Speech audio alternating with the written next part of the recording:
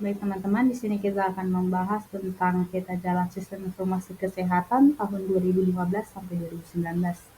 Di mana pengertiannya itu peta jalan sistem informasi kesehatan adalah dokumen perencanaan sistem informasi kesehatan nasional pada tahun 2015 sampai 2019 yang bersifat indikatif, yang memuat gambaran keadaan saat ini, arah dan tujuan yang ingin dicapai. Tahap pelaksanaan sasaran dari setiap tahap, indikator pencapaian sasaran, pembiayaan, dan perorganisasian pelaksanaan pengembangan dan penguatan sistem informasi kesehatan nasional dalam 5 tahun ke depan dalam mewujudkan sistem informasi kesehatan yang ideal. Kemudian dalam Permenkes RI nomor 97 tahun 2015 tentang peta jalan SIK tahun 2015 sampai 2019 mengingat yang pertama ada Undang-Undang nomor 16 tahun 1997 tentang statistik. Yang kedua, Undang-Undang nomor 11 tahun 2008 tentang informasi dan transaksi elektronik. Ketiga, Undang-Undang nomor 36 tahun 2009 tentang kesehatan. Yang keempat, Undang-Undang nomor 23 tahun 2014 tentang pemerintah daerah. PP nomor 82 tahun 2012 tentang penyelenggaraan sistem dan transaksi elektronik. PP nomor 46 tahun 2015 tentang sistem informasi kesehatan. Perpres nomor 6 tahun 2014 tentang perencanaan pita lebar Indonesia tahun 2014-2019. Permenkes nomor 92 tahun 2014 tentang penyelenggaraan komunikasi data SIK terintegrasi. Kemudian kita masuk pada peta jalan SIK ini memiliki beberapa fase. Yang pertama ada fase operasional atau fase 1, di mana pada tahun 2015 sampai 2019 implementasi konektivitas komunikasi data antara institusi pemerintah dengan publik, kemudian diarahkan pada penyediaan aplikasi sistem informasi kesehatan bersifat operasional berbasis elektronik terintegrasi yang diimplementasikan di institusi fasilitas kesehatan tingkat pertama dan rujukan pemerintah serta pemangku kepentingan penunjang.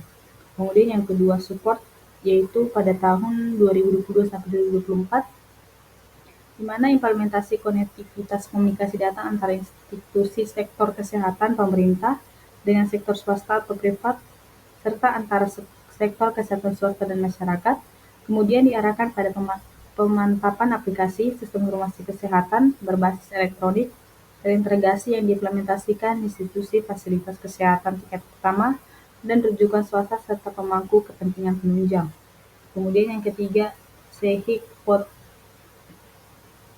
potensial, di mana dia pada tahun 2025 sampai 2029 implementasi konektivitas komunikasi data antara institusi sektor kesehatan swasta dengan swasta, kemudian diarahkan pada pemantapan aplikasi sistem informasi kesehatan berbasis elektronik, terintegrasi dan diimplementasikan khususnya di sektor publik yang berjaminan mutu dengan standar operasional, serta penerapan kesehatan di semua pemangku kepentingan.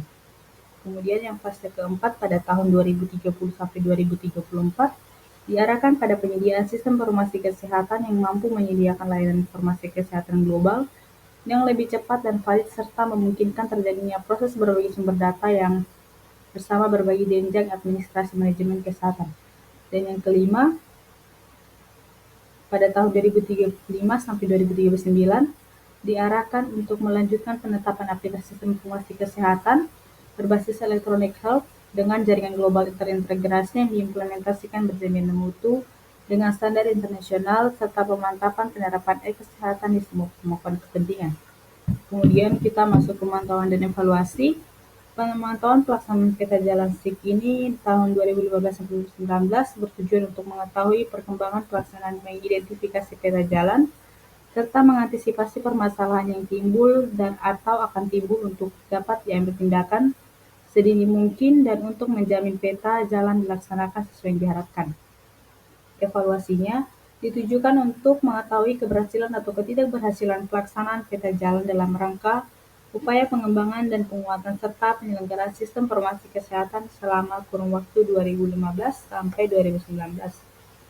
Kemudian contoh program pada tahun 2015 sampai 2019 yang pertama ada SIKDA, adalah sebuah istilah yang digunakan untuk menggambarkan suatu sistem yang terdiri dari gabungan antara input seperti SDM, perangkat lunak, format kebutuhan informasi, teknologi informasi dan teknologi komunikasi, dan proses pengiriman laporan perekam. Yang kedua ada SIMS, adalah suatu sistem teknologi informasi komunikasi yang memproses dan mengintegrasikan seluruh alur proses pelayanan rumah sakit dalam bentuk jaringan koordinasi, pelaporan, dan prosedur administrasi untuk memperoleh informasi secara tepat dan akurat, dan merupakan bagian dari sistem informasi kesehatan. Yang terakhir ada SIMPUS, merupakan suatu tahanan manusia atau peralatan yang menyediakan informasi untuk membantu proses manajemen puskesmas dalam mencapai sasaran kegiatan Peraturan Menteri Kesehatan Nomor 31 Tahun 2019. Nah, teman-teman, dari kasus tersebut saya telah menyediakan 3 kasus. Yang pertama ada Puskesmas Rambah Kabupaten Roku Hulu telah mengimplementasikan Sistem Informasi Kesehatan Daerah atau SIKDA, generasi berbasis online sebagai bagian dari upaya meningkatkan pelayanan kesehatan dan pengelolaan data kesehatan daerah. Namun, pelaksanaan sistem ini belum berjalan efektif sesuai harapan dan terdapat beberapa kendala seperti jaringan internet yang kurang memadai dan keterbatasan sumber daya manusia. Dari kasus di atas, strategi apa yang dapat dilakukan untuk mengatasi kendala dalam penerapan SIKDA di puskesmas tersebut?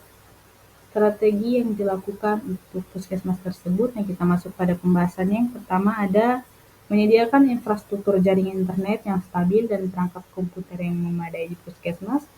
Yang kedua, mengadakan pelatihan dan penguatan kapasitas sumber daya manusia khusus operator SIKDA agar terampil dalam mengoperasikan sistem.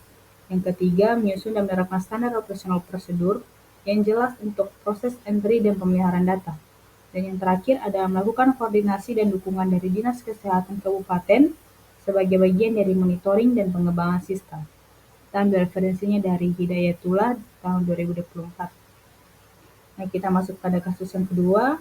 Sebuah kabupaten di Jawa Tengah mengimplementasikan sistem informasi kesehatan untuk mendukung pengelolaan data kesehatan di tingkat dinas kesehatan dan fasilitas kesehatan. Setelah berjalan selama 2 tahun, evaluasi sistem melakukan penggunaan pendekatan Health Metric Network. Hasil evaluasi menunjukkan bahwa beberapa komponen SIK masih perlu diperhatikan khusus, terutama dalam aspek manajemen data dan diseminasi informasi dari kasus.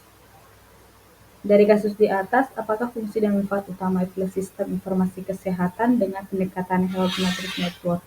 Pembahasannya, fungsi dan manfaat evaluasi SIK dengan HMN adalah untuk menilai kinerja berbagai komponen sistem informasi kesehatan secara komprehensif, memastikan sistem memberikan informasi yang valid, tepat waktu, dan berguna untuk pengambilan keputusan dan kebijakan kesehatan.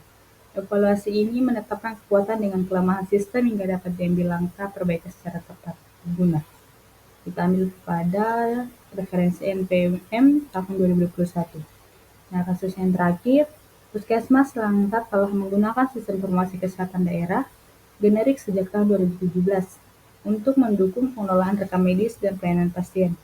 Namun, implementasi SIKDA di unit rekam medis menghadapi beberapa kendala seperti kurangnya pelatihan bagi petugas, keterbatasan sarana dan prasarana, serta masalah pada jaringan internet yang sering tidak stabil. Hal ini mengakibatkan proses pendaftaran pasien dan pengelolaan data tidak berjalan optimal. Dari kasus di atas, jelaskanlah pentingnya penerapan SIKDA generik di unit rekam medis puskesmas. Kita masuk pada pembahasannya, pentingnya penerapan SIKDA generik di unit rekam medis puskesmas adalah untuk meningkatkan efisiensi dan efektivitas pengelolaan data secara terintegrasi, memudahkan proses pendaftaran dan pemantauan kesehatan pasien, serta mendukung pengambilan keputusan berbasis data. Sistem ini juga membantu dalam menyimpan data secara digital sehingga mengurangi risiko kehilangan atau tumpang tindih data. Referensinya kita ambil pada Dandi et al. Tahun 2022. Sekianlah penjelasan saya tentang materi dan beberapa kasus. Terima kasih.